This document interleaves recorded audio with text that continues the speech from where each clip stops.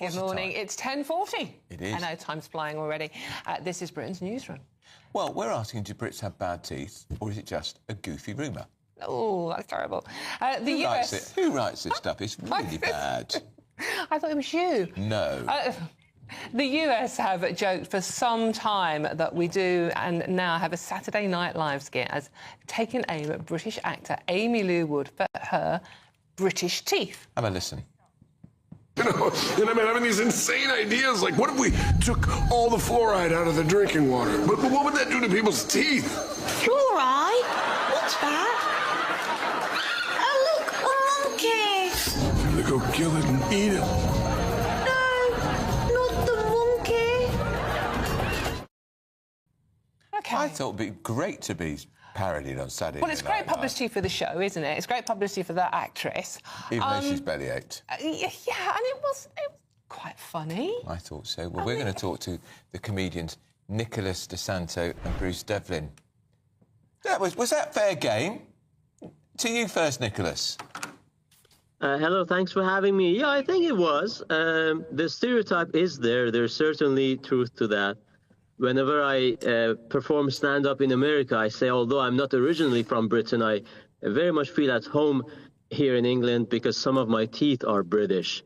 And it's fine, you know, that's this British stereotype, and so is the spirit and the art of banter. And I think she has shown deficiency in the second one. If the worst thing SNL can find about you is your teeth, I'd say it's a good day. But Bruce, if she's upset by it, and genuinely she did seem to be very upset by it, surely it's like teeth shaming is the new fat shaming. Well, I would say that, yeah, you're right. She is fair game. She's on one of the world's biggest shows at the moment, and it was a cheap shot, but it has gone on. But you have to remember that I don't think British people do have bad teeth. If you look at the reality people of nowadays, there's so many composite bondings, turkey teeth from Turkey and all that kind of stuff. So I think you probably get more bad teeth in America where they don't have the NHS and don't get into a dentist. People aren't saying that her teeth are in bad health. They're just saying they don't like the way that they look. And in America, they do go over the top with their teeth, don't they? I've just literally come back from a road trip around America, and the teeth were perfect, but some of the body shapes did leave a bit to be desired. They do eat a lot, it has to be said. Are you fat-shaming on this programme? Yeah. They need good teeth because they eat a lot. Nicholas, is that fair? Well, I think, again, she's pretty. She's a good actress. She's very successful. So I think this silly talk just takes some pressure off Rachel Zegler at this moment, with all the talk about her silly comments. Was this the actress from Snow White?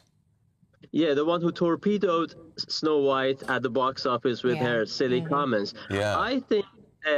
I think Aimee Lou should have just accepted that, and Telegraph quoted her only last month, as embracing the natural look. So if this is a natural feature, obviously she can afford to sort it out. But if she's decided to go with her so-called characterful teeth, all the power to her. It's absolutely fine. But ultimately, all of us are to some extent victims of stereotypes. Like, I come from Italy, and people think that necessarily means that I must be a great cook and a great lover, and only one of those things is true. Which one? We want to know. Which one? No comment. Oh. I'll let my wife comment on that. I've heard your pizzas are very good, though. Bruce, are we getting to the stage where we can't literally comment about anyone else's appearance now? No, I don't think it's that at all. She's entitled to take offence. That's the thing. It doesn't mean her offence is right, but she does have the right to take offence. We have to think about actresses like Brigitte Bardot, who was considered a beauty, and she didn't have what are known as a Hollywood smile or conventional teeth, the actress Jane Birkin. So if Aimee is in an industry that is based on aesthetic, again, there's nothing wrong with her teeth, and it's an easy shot for people to take at her. Gentlemen, Nicholas, is there any area which is, even for the most wicked comedian, which has to be sacrosanct, where you just can't go? I think there is this rule. There's two schools of thought. One says anything and everything is up for discussion or jokes. And there's another school of thought whereby you shouldn't attack things that people have no control about.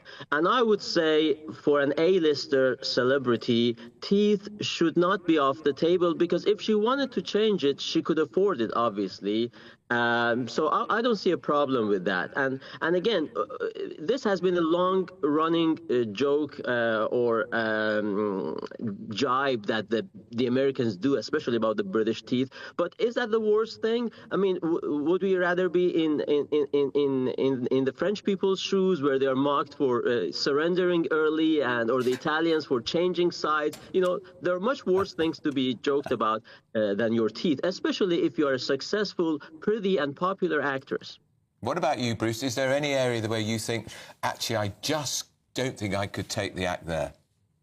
I think if you're making, if you're kind of suggesting that someone's maybe up to no good, if you see what I mean, and that could be on like a personal or sexual level, if you label someone as a predator or things like that, I would probably back away from that. But I would, in the main, say that everything is fair game.